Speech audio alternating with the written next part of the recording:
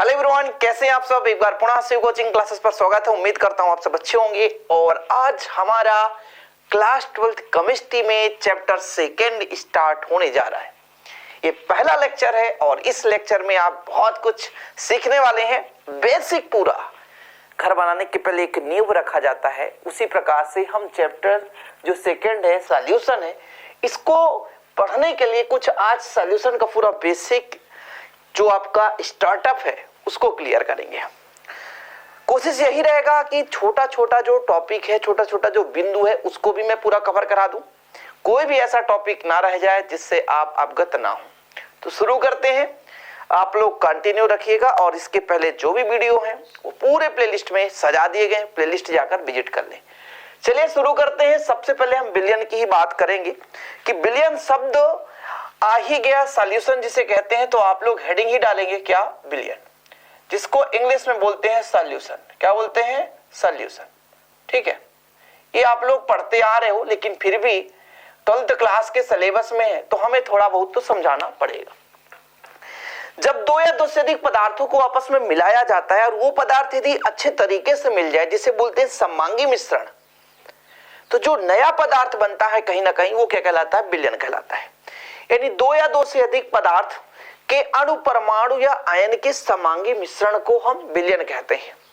जैसे आपने पानी लिया और पानी को दूध में मिला दिया, तो पानी के जो अणु है, पार्टिकल्स हैं, वो दूध के पार्टिकल्स के साथ अच्छे तरीके से मिल जाते हैं, घुल मिल जाते हैं। तो फिर ये जब आपस में अच्छे तरीके से मिल जाते हैं तो ये जो मिश्रण बनने वाला वो समांगी मिश्रण कहलाता है। हम यहां पर थोड़ा सा समझाते हैं। ये एक हमारे पास पात्र है। इस पात्र में प्यारे बच्चों पानी रखा हुआ है। क्या रखा हुआ है, पानी रखा हुआ है।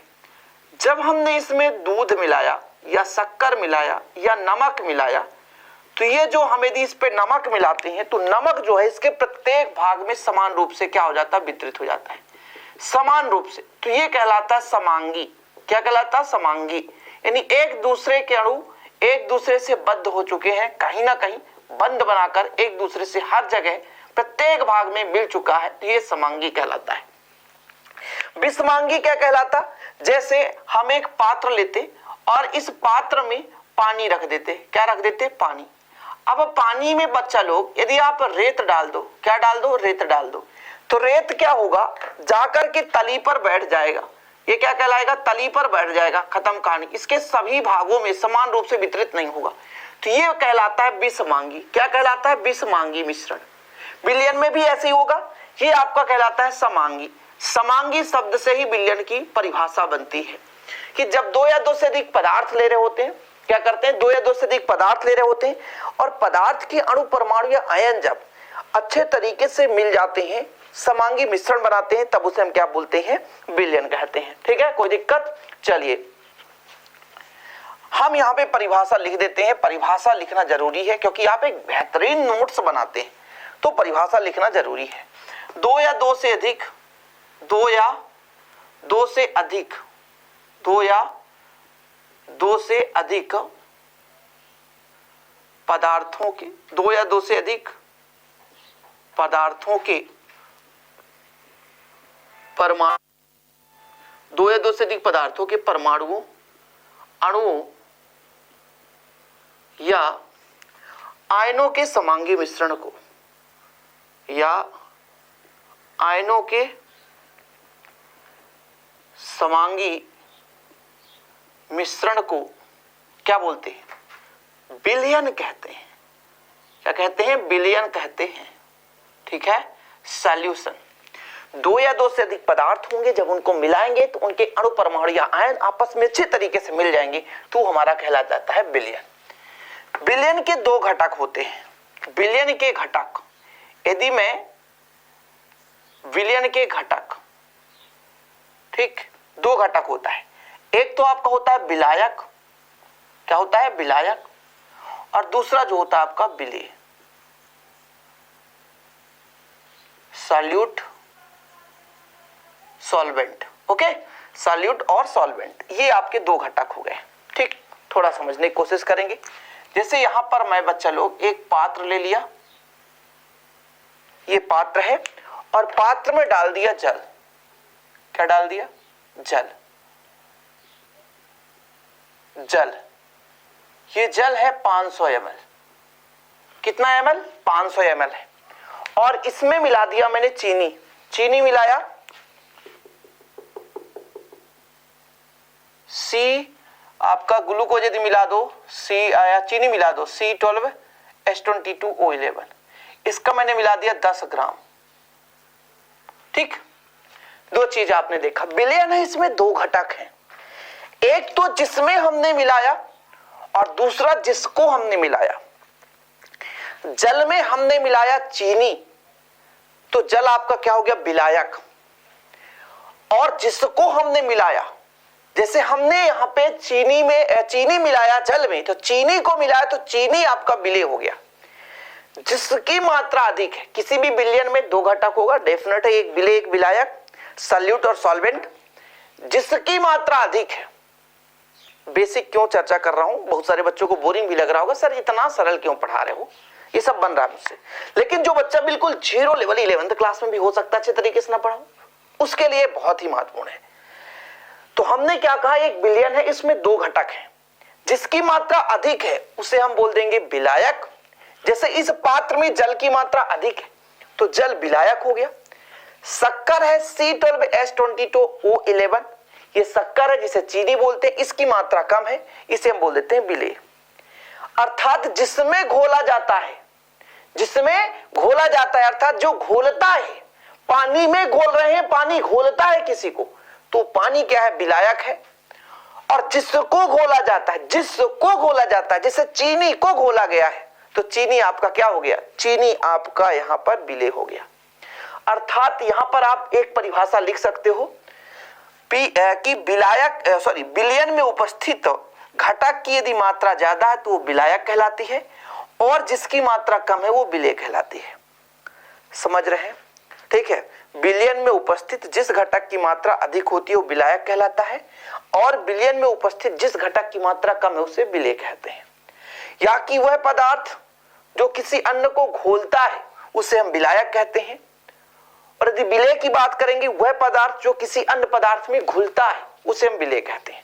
ये देखो नॉर्मल परिभाषाएं हैं, जैसे आप अपने भाषा में लिखोगे, अपने भाषा में लिख लो, ठीक है, कोई दिक्कत तो नहीं। विलायक और विलेय लिखाने की जरूरत नहीं है। सॉल्यूट सॉल्वेंट, विलायक किसे कहेंगे? विलयन में जिस घटक की मात्रा अधिक हो उसे हम विलायक बोलेंगे, जिसे हम ए से दर्शाएंगे। किससे दर्शाएंगे? ए से दर्शाएंगे। हम विलेय को हम किससे दर्शाएंगे? बी से, और विलायक को ए से दर्शाएंगे। याद रखिएगा, हमेशा पूरे चैप्टर में ए बी मिलेगा।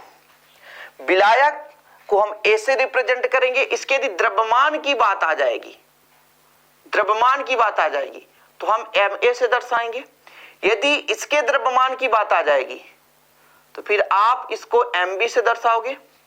यदि वजन की बात आ गई, अब वेट यानी भार, यदि भार की बात आ गई तो डब्ल्यू ए से, यदि इसमें भार की बात आ गई तो डब्ल्यू बी से दर्शाएंगे।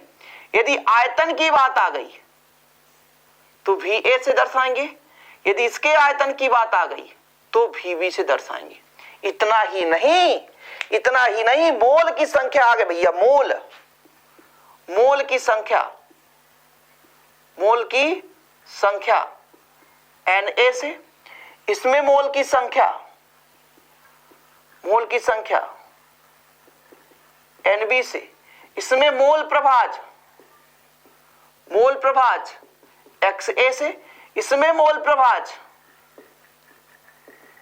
किससे दर्शाएंगे? एक्स बी से दर्शाएंगे। यहां तक आप लोग लिख सकते हो, बिल्कुल एक जैसा मैंने बना दिया वैसे आप लोग बना लो, ठीक है, कोई दिक्कत? यहां तक यदि आप क्लियर कर लो तो फिर आगे चलें। भैया हमने पढ़ा विलयन, दो या दो से अधिक पदार्थों के अणु, परमाणु और आयन जब समांगी रूप से मिल जाते हैं, एक दूसरे से परस्पर मिल जाते हैं, समांगी मिश्रण बना लेते हैं, तो वो कहलाता है हमारा क्या कहलाता है? विलयन कहलाता है। दो या दो से अधिक पदार्थ समांगी मिश्रण, इसके दो घटक होते हैं, एक आपका विलायक जिसकी मात्रा अधिक है, विलयन में जिस घटक की मात्रा अधिक है वो आपका विलायक कहलाया, और विलयन में जिस घटक की मात्रा कम है वो विलेय कहलाया। क्लियर है? समझ में आया? विलायक को हम हमेशा ए से रिप्रेजेंट करेंगे, विलेय को हमेशा हम बी से रिप्रेजेंट करेंगे। यदि द्रव्यमान की बात आ गई, मास, तो Ma वेट की बात भार, तो आपका Wa वॉल्यूम की बात आके आयतन, तो Va हो जाएगा। इसी प्रकार विलय की मास Mb, वेट Wv और volume Vv। Number of moles यहाँ पर Na, ठीक है, यहाँ पर Nb, और जब मोल प्रभाज की बात आएगी तो Xa और Xb। ये आगे सब कुछ पढ़ोगे, लेकिन यहाँ पर आज का जो हमारा लेक्चर है वो बिल्कुल बेसिक है, जीरो लेवल से स्टार्ट कर रहे हैं, इसलिए हमारी जो जर्नी है भाई एक बेहतर रूप से होगी। बिल्कुल आप चिंता ना करो। एनसीईआरटी पैटर्न पर जितने भी बच्चे हैं किसी भी बोर्ड से हो, प्रॉपर रूप से तैयारी करते चलें। क्लियर है? क्लीन कर दें। चलो, उम्मीद करता हूं आप लोग स्क्रीनशॉट ले लिए होंगे, लिख लिया करो वीडियो को पुश करके, है ना। चलो, विलयन समझ में आ गया। दो या दो से अधिक पदार्थों के समांगी मिश्रण को विलयन कहते हैं। विलयन में दो चीज होता है, एक विलायक, एक विलेय। विलायक जिसकी मात्रा अधिक होती है, विलेय जिसकी मात्रा कम होती है। अब ये जो विलयन है वो दो पदार्थ से भी बन सकता है, तीन पदार्थ से भी बन सकता है, चार पदार्थ से भी बन सकता है। समझ रहे हैं? थोड़ा सा समझोगे आप लोग। जैसे विलयन जो है आपका द्विअंगी विलयन भी कहला सकता है, बाइनरी सॉल्यूशन, द्विअंगी विलयन, है ना, द्विअंगी विलयन भी कहला सकता है। ऐसे विलयन जिसमें घटकों की संख्या दो होती है, यानी दो घटकों से मिलकर बना होता है, ऐसे विलयन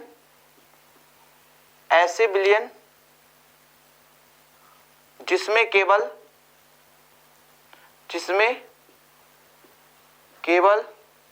दो घटक उपस्थित होते हैं, जिसमें केवल दो घटक उपस्थित होते हैं, द्विअंगी विलयन कहलाते हैं। ठीक है, याद कर लो आप। द्विअंगी, दो अंग मतलब दो ही घटक हो। जैसे यदि मैं कह दूं भाई साहब पानी में केवल आप क्या मिला दो, पानी में आप शक्कर मिला दो, ये एग्जाम्पल बन चुका है। पानी में आप शक्कर मिलाओगे तो जो आपका विलयन बनने वाला है द्विअंगी विलयन। कैसा विलयन? द्विअंगी विलयन। इसमें आपका क्या था? पानी था, और इसमें आपने मिला दिया क्या? चीनी। तो आपका H2O प्लस C12H22O11। तो ये जो विलयन है वो कहलाया द्विअंगी विलयन। द्विअंगी विलयन में आपने क्या सीखा कि ऐसे विलयन केवल और केवल जिसमें दो ही घटक हो, उसे हम क्या बोलेंगे? द्विअंगी विलयन बोलेंगे। मतलब दो अंग, द्विअंगी विलयन तो दो अंग। इसके बाद आपका आता है त्रिअंगी विलयन। क्या? त्रिअंगी विलयन। जरा बताओ, त्रिअंगी विलयन में क्या होंगे? ऐसे विलयन जिनमें घटकों की संख्या कितनी हो? तीन घटक हो। ठीक है, तीन घटक से मिलकर बना विलयन, तीन घटक से मिलकर बना विलयन त्रिअंगी विलयन कहलाता है। कोई दिक्कत तो नहीं? त्रिअंगी विलयन कहलाता है। जैसे घर में आप देखते हो आपके पास दूध है, दूध में बोलो थोड़ा कम है, पानी डाल दो, थोड़ा यार मीठा करने के लिए शक्कर डाल दो। ये जो आपका विलयन बनने वाला है वो त्रिअंगी विलयन बनने वाला है। द्विअंगी में आपने क्या सीखा? केवल और केवल दो घटक हैं। त्रिअंगी विलयन में आप क्या सीख रहे हैं कि ऐसे विलयन जिनमें कितने घटक हो? दो से अधिक घटक हो, मतलब तीन घटक हो, तो वो कहलाता है त्रिअंगी विलयन। अब ऐसे ही हम बोलते भैया चार अंगी विलयन बताओ। चार अंगी विलयन में ऐसे विलयन जिसमें तीन से अधिक घटक अर्थात चार घटक हो, उसे हम क्या बोलते हैं? चार अंगी विलयन। ठीक है, कोई दिक्कत तो नहीं? ठीक है, क्लियर है? यहां तक समझ में आया? विलयन किसे कहते हैं? दो या दो से अधिक पदार्थों के समांगी मिश्रण। समांगी मिश्रण में क्या होगा? अणु, परमाणु या आयन आपस में मिलेंगे तो समांगी मिश्रण बना देंगे, तो विलयन कहलाता है। विलयन के दो घटक है, एक आपका विलायक जिसकी मात्रा अधिक हो, या आपका विलेय जिसकी मात्रा कम हो। जैसे हम विलायक को ए से रिप्रेजेंट करते हैं, घटक ए और घटक बी। यहां पर हमने ये भी बात कर लिया कि द्विअंगी विलयन क्या है, त्रिअंगी विलयन क्या है, चार अंगी विलयन क्या है। द्विअंगी विलयन से आपने सीखा जिसमें केवल दो घटक हो। त्रिअंगी विलयन देखा कि ऐसा विलयन जिसमें तीन घटक हो जाए, और जब आप चार अंगी विलयन की बात करोगे तो ऐसा विलयन जिसमें चार घटक हो, चार अंगी विलयन कहलाता है। यहां तक क्लियर हो तो फिर आगे चलते हैं। ठीक है, अब थोड़ा सा चारंगी, त्रिअंगी और द्विअंगी समझ में आया, बाइनरी, है ना। चलिए अब हम थोड़ा सा बात कर लेते हैं जो एक्वस सॉल्यूशन क्या कहलाता है और नॉन एक्वस सॉल्यूशन किसे बोलते हैं। ठीक है, अर्थात क्या बोल दिए सर आप, इंग्लिश ना बोला करो, मुझसे खुद नहीं आती यार बच्चा लोग। हिंदी मीडियम का स्टूडेंट था मैं बचपन से, इंग्लिश मेरी बहुत ही वीक थी, ठीक है, इसलिए इंग्लिश तो बोलता नहीं है, थोड़ा बहुत चर्चा कर लेता हूं। एक्वस सॉल्यूशन, सेकंड आपका नॉन एक्वस सॉल्यूशन, जली विलयन और अजली विलयन। यहां पर आप समझोगे थोड़ा सा, पहला आप यहां पर हेडिंग डालो जली विलयन। क्या? जली विलयन। अब आपको हमने बताया कि जब विलयन का निर्माण होता है तो कहीं ना कहीं विलायक और विलेय से मिलकर बनता है। किससे? विलायक और विलेय से मिलकर बनता है। तो जब विलयन में विलायक जो हो क्या हो? जल हो। जब विलयन में विलायक क्या हो? जल हो, तब उसे हम बोलेंगे जली विलयन। अर्थात ऐसे विलयन जिसमें विलायक क्या होता है? जल होता है, उसे हम जली विलयन कहते हैं।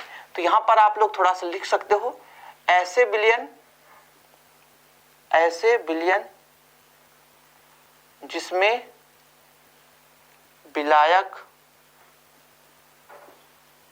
जल होता है, ऐसे विलयन जिसमें विलायक जल होता है जली विलयन कहलाते हैं।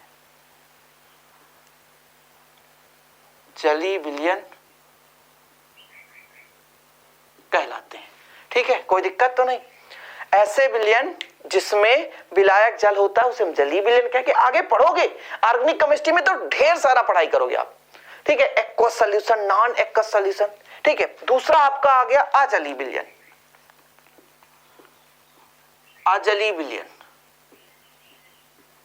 ठीक है, ये आपका पहला था एक्वस सॉल्यूशन जिसको बोलते हैं।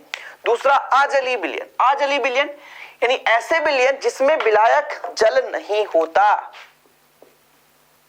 ऐसे विलयन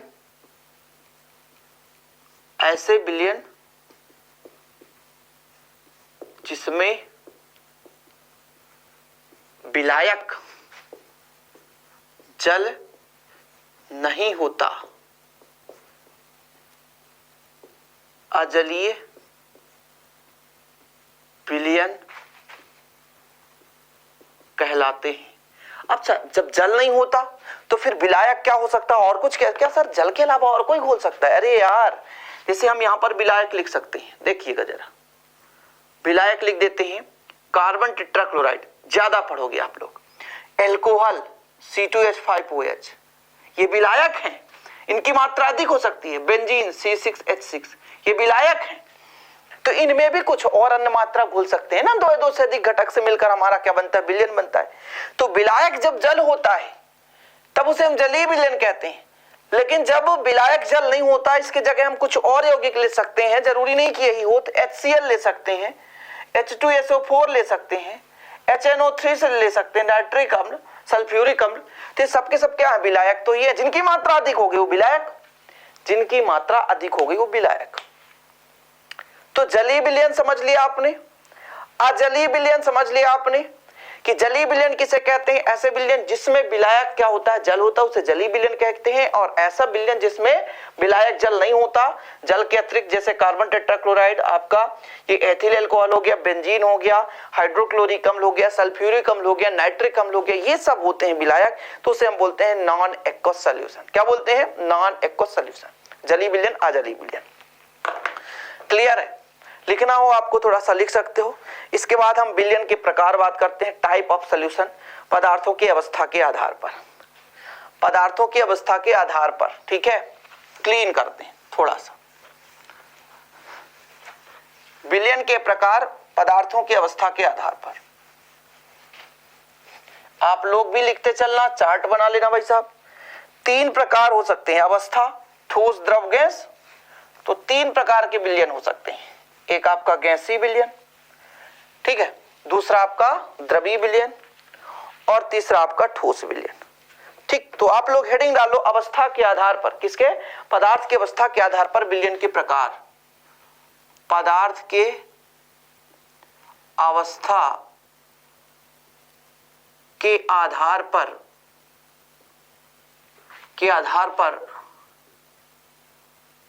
विलयन के प्रकार। ठीक है, ये आपका हेडिंग है, पदार्थ की अवस्था के आधार पर विलयन के प्रकार। ठीक, इसके बाद आपको चार्ट बनाना है, जैसे मैं बनाऊंगा। आप पहले यहां पर हेडिंग डालो विलयन के प्रकार, विलयन के प्रकार। फिर यहां पर आप डाल लो विलेय, यानी जिसको मिलाएंगे जिसकी मात्रा कम होगी। फिर आप डालो हेडिंग, दिख रहा ना। फिर आपका यहां पर रहेगा विलायक, फिर आपका यहां रहेगा उदाहरण। क्या रहेगा? उदाहरण। इतना में तो क्लियर हो जाएगा। 4 ही खंड बनाना है, ठीक है, इससे ज्यादा कुछ नहीं। ये लो, एग्जाम्पल में आगे चलता जाएगा।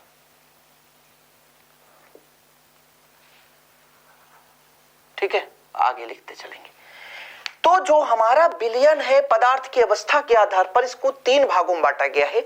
एक आपका आता है गैसीय विलयन।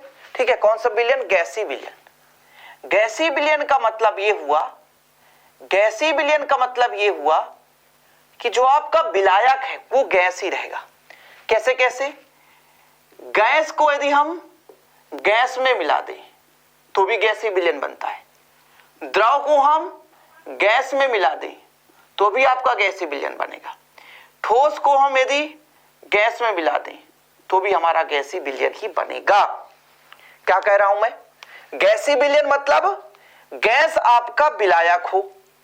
तो हम एक चीज ये देखें कि गैस को गैस में मिलाए तब पर भी हमारा एक विलयन बन रहा है, वो गैसीय विलयन।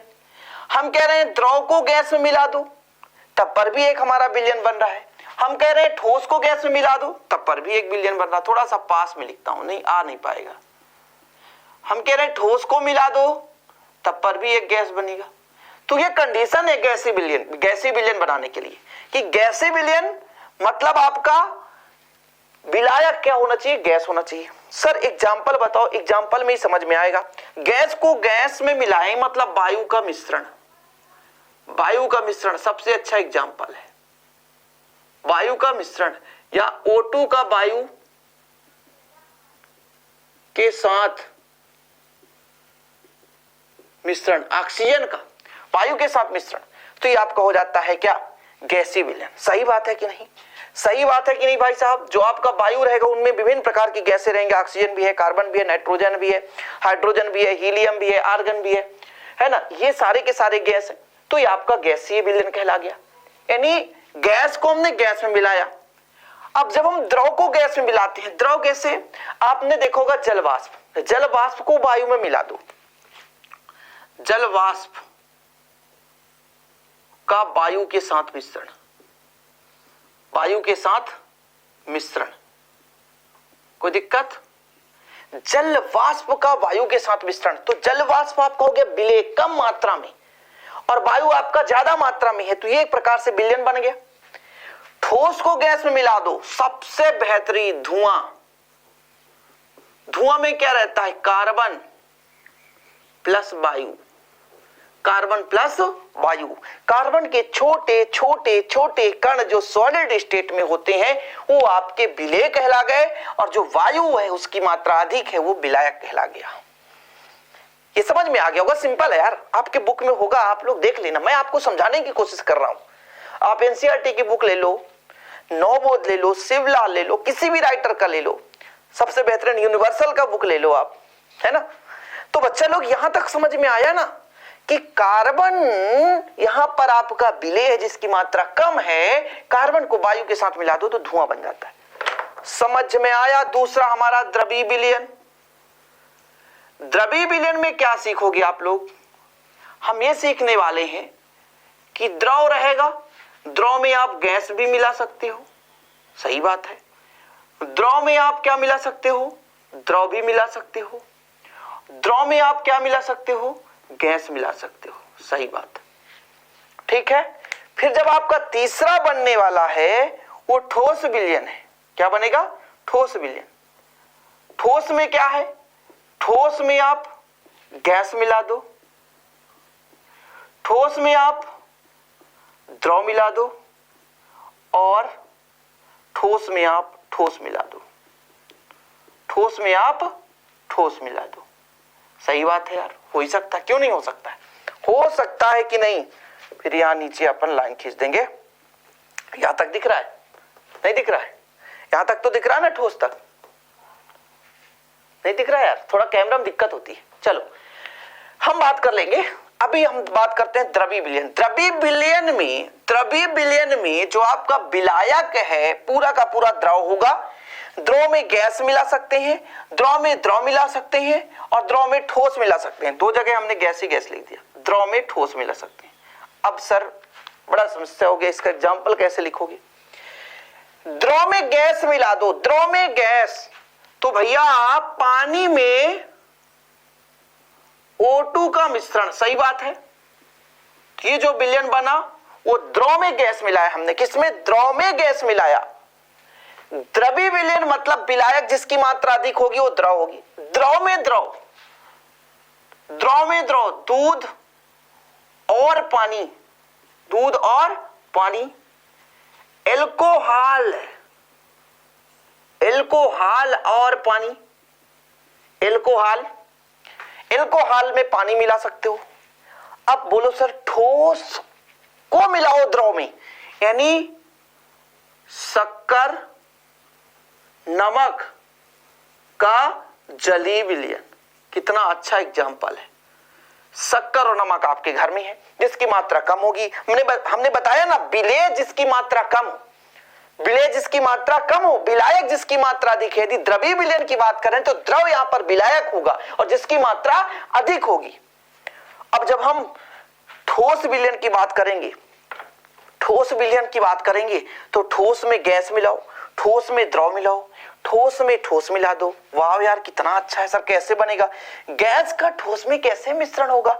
हम कह रहे हैं ना H2 का पैलेडियम पीडी में अधिशोषण, अधिशोषण, ये आपका एग्जाम्पल है।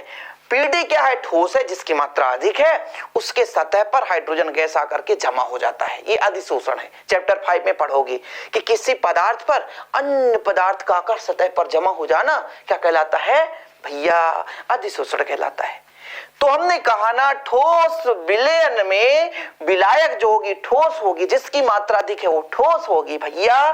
तो यहां पर गैस की मात्रा कम है, H2 पैलेडियम में जाकर अधिशोषित हो गया। द्रव का ठोस में, द्रव का ठोस में पारा क्या है? पारा का सोडियम के साथ, सोडियम के साथ अमलगम, क्या? अमलगम भाई साहब। तो पारा आपका द्रव हो गया, सोडियम आपका सॉलिड स्टेट है, ठोस अवस्था में है। इस कंडीशन में बच्चा लोग जो आपका एक विलयन बन रहा है वो ठोस विलयन है। ठोस का ठोस में, ठोस का ठोस में कोई भी नहीं बताएगा, फिर भी हर बच्चा जानता है। पीतल ले लो, मिश्र धातु है। कांसा ले लो, ठीक है, ठीक है। और ऐसे प्यारे बच्चों कई सारे मिश्र धातु आप लिख सकते हो। निकिलेट है, एल्यूमिनेट है, बहुत सारे हैं, ठीक है, कोई दिक्कत नहीं। तो इस प्रकार से आपका विलयन का भैया प्रकार था, अवस्था के आधार, पदार्थ की अवस्था के आधार पर विलयन के प्रकार तीन भागों में बांटे गए, गैसीय विलयन, द्रवीय विलयन, ठोस विलयन। अब यहां से आप स्क्रीनशॉट ले सकते हैं बेहतर रूप से, आपके बुक में भी होगा, आपके बुक में भी ऐसे सेम लिखा होगा। कांसा जो है किससे मिलकर बना होता है? तो कांसा जो होता है, यहां पर मैं लिख देता हूं कांसा, लिख लो, ऑब्जेक्टिव बनता है इसे कॉपर प्लस Zn, ये कांसा का मिश्रण, ठीक है। पीतल जो है आपका कॉपर और जिंक, ये हमारा उल्टा हो गया, कॉपर और एसियन है, ठीक है, एसियन का। कांसा जो होता है कॉपर और एसियन का मिश्रण होता है। क्लियर हो गया? अब हम पढ़ेंगे भाई साहब, ये अवस्था के आधार पर हो गया। अब दूसरा हम पढ़ेंगे पदार्थ की सांद्रता के आधार पर। क्लियर करें, मिटा दें, ठीक। स्क्रीनशॉट ले लो आप लोग और बेहतर रूप से तैयारी करते चलो। जो भी बच्चा पहली बार आए तो प्लीज चैनल को सब्सक्राइब कर दो और शेयर भी कर दो। हम निरंतर एक साल आपके लिए ऐसे ही वीडियोज प्रोवाइड करते रहेंगे, आपको परेशान होने की जरूरत नहीं है। मैं गांव में रहता हूं बच्चा लोग, लाइव क्लास लेने के लिए मेरे पास उतना पर्याप्त सुविधा नहीं है। जैसे नेटवर्क सबसे बड़ा प्रॉब्लम है, यदि नेटवर्क हो तो और बेहतर मजा आ जाए।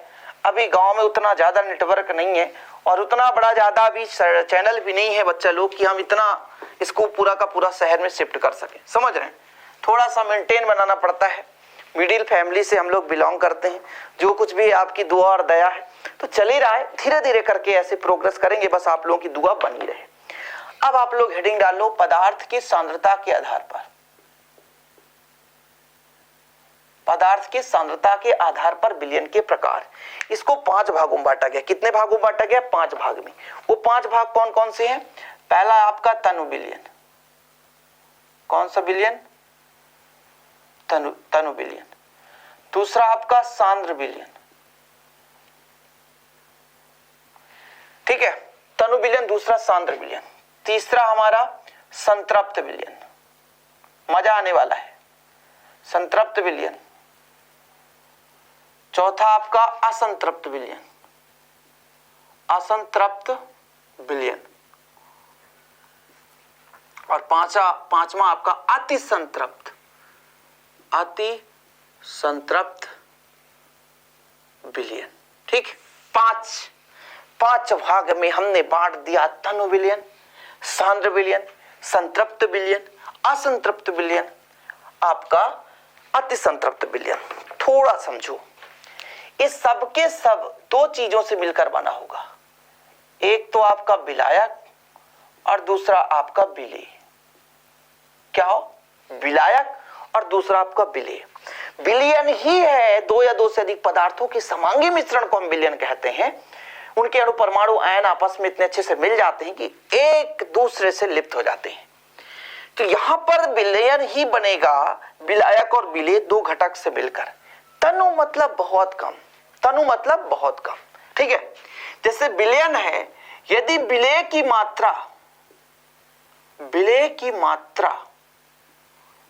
मात्रा अत्यंत कम हो। क्या? अत्यंत कम। अत्यंत कम, तो वो आपका विलयन कहलाएगा तनु विलयन। जैसे मैं कह रहा हूं कि एक छोटा सा पात्र ले लूं और इसमें मैंने डाल दिया 1000 ml वाटर। कितना? 1000 ml H2। और फिर इसमें मैंने मिला दिया 5 ग्राम, इतना कम, 5 ग्राम चीनी या शक्कर मिला दिया, NaCl। बताओ 1000 ml में 5 ग्राम तो 6 ना के बराबर है। तो जब विलयन में विलेय की मात्रा अत्यंत कम हो, बहुत कम हो, तब उस विलयन को कहते हैं तनु विलयन। आप खाने में 8 रोटियां खाते हो और मिला एक टुकड़ छोटा सा, मतलब एक बार खाने के लिए थोड़ा सा मिला है ना, तो फिर आप कहां समोसे 15 खा जाते हो और आपको आधे 1/4 समोसा मिल रहा है। 8 रोटियां खाते हो, 1/4 रोटी मिल रहा है, तो फिर क्या आपका पेट भरेगा? नहीं। तो बिल्कुल कम है, बहुत कम है। तनु है, तुच्छ है, बहुत ही कम है।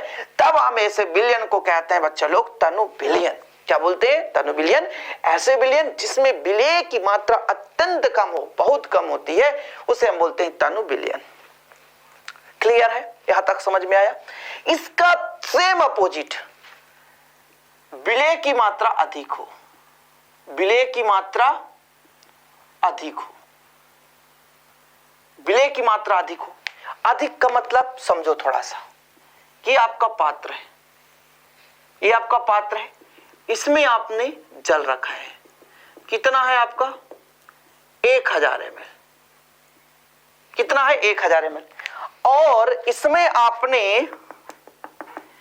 आपने फिर से मिला दिया 100 ग्राम NaCl।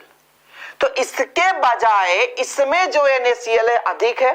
सही बात है कि नहीं? है ना? हाँ। तो फिर ये सांद्र विलयन कहला गया और ये आपका तनु विलयन। दोनों में कंपेयर कर दो कि सांद्र और तनु क्या है। तो ऐसे विलयन जिनमें विलेय की मात्रा बहुत कम हो वो तनु विलयन कहलाता है, और ऐसे विलयन जिसमें विलेय की मात्रा अधिक होती है वो सांद्र विलयन कहलाता है। ऐसे विलयन जिसमें विलेय की मात्रा अत्यंत कम हो वो तनु विलयन, और ऐसे विलयन जिसमें विलेय की मात्रा अधिक हो वो सांद्र विलयन कहलाया। अब बताओ सर संतृप्त विलयन क्या है? संतृप्त क्या है? आपने गए बारात में गए, चलो गया सर, क्या कर लोगे? कुछ कर लोगे? जाना तो था ही बारात में, सीजन ही चल रहा है। बारात में आपने गया और आपके खाने की क्षमता 15 रोटी है, 15 रोटी कोई खाता होगा? अरे बिल्कुल खाते हैं।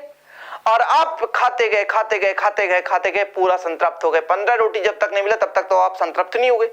और जब 15 रोटियां मिल गई तो फिर आप क्या हो गए? संतृप्त हो गए कि मेरा पेट क्या हो गया? भर चुका है। बिल्कुल संतृप्त। बोलते ना आज के खाना में तृप्त हो गए, मतलब हमें विलेय पदार्थ एकदम उतना ही मिला जितना हमको चाहिए होता है। ऐसे ही विलायक की भी एक निश्चित क्षमता होती है। विलायक की भी एक निश्चित क्षमता होती है कि पदार्थ मिलाते गए विलेय मिलाते गए एक निश्चित क्षमता होगी जिससे अधिक को घोल नहीं सकता। मतलब हमने कहा तनु जिसमें कम मात्रा, हमने कहा सांद्र जिसमें अधिक मात्रा। लेकिन संतृप्त क्या हो गया? ऐसे विलयन जिसमें और अधिक मात्रा में विलेय ना घोला जा सके। ऐसे विलयन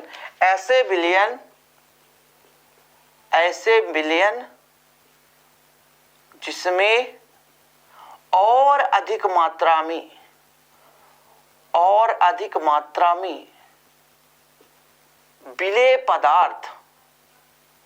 विलेय पदार्थ ना घोला जा सके। समझ गए? हमने कहा कि भाई साहब एक पात्र ले लिया और पात्र में हमने डाल दिया जल। क्या डाल दिया? जल। क्या? H2O। और इसमें विलेय पदार्थ मिलाते गए मिलाते गए एक ऐसी स्थिति आएगी कि अब उसमें चाहे आप कितना भी आप विलेय पदार्थ मिलाओ लेकिन घुलने वाला नहीं है। घर में आप प्रैक्टिकल कर लेना, एक गिलास पानी ले लेना, शक्कर डालते जाना, हिलाते जाना, शक्कर डालो हिलाओ, शक्कर डालो हिलाओ। एक ऐसी स्थिति आएगी कि जब शक्कर घुलना बंद हो जाएगा, शक्कर नहीं घुल पाएगा। क्लियर है? समझ में आ रहा है? एक ऐसा कंडीशन भी निकल कर आएगा कि शक्कर बिल्कुल नहीं घुलेगा, तब वो आपका संतृप्त विलयन है। हम निमंत्रण खाने गए, हमें 15 रोटियां चाहिए थी, हम खाते गए 15 रोटियां मिल गई, पेट भर गया। अब कोई 16वां रोटी भी लाएगा तो हम नहीं खा सकते, उसकी हमारे पास कैपेसिटी नहीं है, हमारे पास है ना खाने की क्षमता नहीं है, तो वो हमारा हो गया संतृप्त। इसी प्रकार से विलयन में विलायक की भी एक निश्चित कैपेसिटी होती है किसी अन्य पदार्थ को घोलने में। तो जब हम विलेय को मिलाते जाते एक ऐसी स्थिति आती है कि और अधिक मात्रा में विलेय ना घोला जा सके, उससे हम बोलेंगे संतृप्त विलयन। और इसका अपोजिट असंतृप्त, जिसमें और अधिक हमने गया निमंत्रण में 15 रोटियां खा सकते थे और भैया हमको कितना मिला? मान लो 13 मिल गया, 2 खाली रह गए, तो फिर हम 2 और खा सकते हैं। जैसे एक ही जगह 2 शादियां लगी हैं, एक शादी में गए, खाना मिला 15 खा सकते थे लेकिन मिला कितना? 13 मिला। अब 2 रोटियों का पेट मतलब खाली है। अब घर जाएंगे यार भूख लगेगी, एक काम करते हैं दूसरी जगह चले जाते हैं। कहने का मतलब असंतृप्त हो गए। हमने बारात में गया, खाना अच्छे से नहीं मिला, असंतृप्त है, पेट खाली है। असंतृप्त मतलब जितना चाहिए होता लेकिन उतना नहीं मिल पाया। घर में जाकर के बुराई करने से अच्छा है दूसरे के जाकर के खा लो। समझ में आया? संतृप्त विलयन हम 15 खा सकते थे, 15 हमको मिल गया, संतृप्त हो गए। असंतृप्त में क्या समझ में आया? असंतृप्त 15 खा सकते थे लेकिन 2 नहीं मिल पाया। जब 2 नहीं मिल पाया भैया, असंतृप्त की बात करते, जब 2 नहीं मिल पाया तो 2 और किसी से हम जाएंगे लेने, मतलब और अधिक मात्रा में हम खा सकते थे लेकिन यहां पर कंडीशन नहीं हो रहा है, तो ये हमारा हो गया असंतृप्त। क्या हो गया? असंतृप्त मतलब और अधिक मात्रा में हम घोल सके विलेय को। और आपका अंतिम आता है अति संतृप्त। हो लाजवाब है। बारात में गए, 15 रोटियां खा सकते थे लेकिन साली आ गई और बोले जीजा जी एक और रोटी दे दो, मतलब एक और रोटी ले लो, और 16वां रोटी जबरदस्ती दे दी। अरे लेना ही पड़ेगा, ये तो हमारे प्रेम व्यवहार का छोटा सा तोहफा है, लेना ही पड़ेगा। तो फिर जीजा जी बोले अरे मेरी साली ला कर दी रहेगी, ला बेटा ला, खा लेते हैं। तो वो अति संतृप्त पेट भले ही फुल हो गया, घर में जाकर के उल्टी हो जाए, मतलब एलर्जी हो जाए, लेकिन यार मिल रहा, बड़े प्रेम से मिल रहा तो खा लो, वही है अति संतृप्त। आवश्यकता 15 की थी लेकिन 16वां रोटी भी आया, बोले आने दो, कितना प्रेम से मिल रहा है। तो जब विलेय की क्षमता मतलब विलायक की क्षमता से भी अधिक मात्रा में हम किसी विलेय को मिला दे तो वो हमारा बन जाता है अति संतृप्त। क्या बन जाता है? अति संतृप्त। समझ में आया? कंसेप्ट क्लियर है? कम मात्रा तनु, अधिक मात्रा सांद्र। जब आपका आ जाता है संतृप्त, संतृप्त में क्या आता है, इतना मिला दिए कि और अधिक हम नहीं मिला पाएगा। और भैया असंतृप्त में मिलाने की जितना क्षमता थी उससे कम हो गया।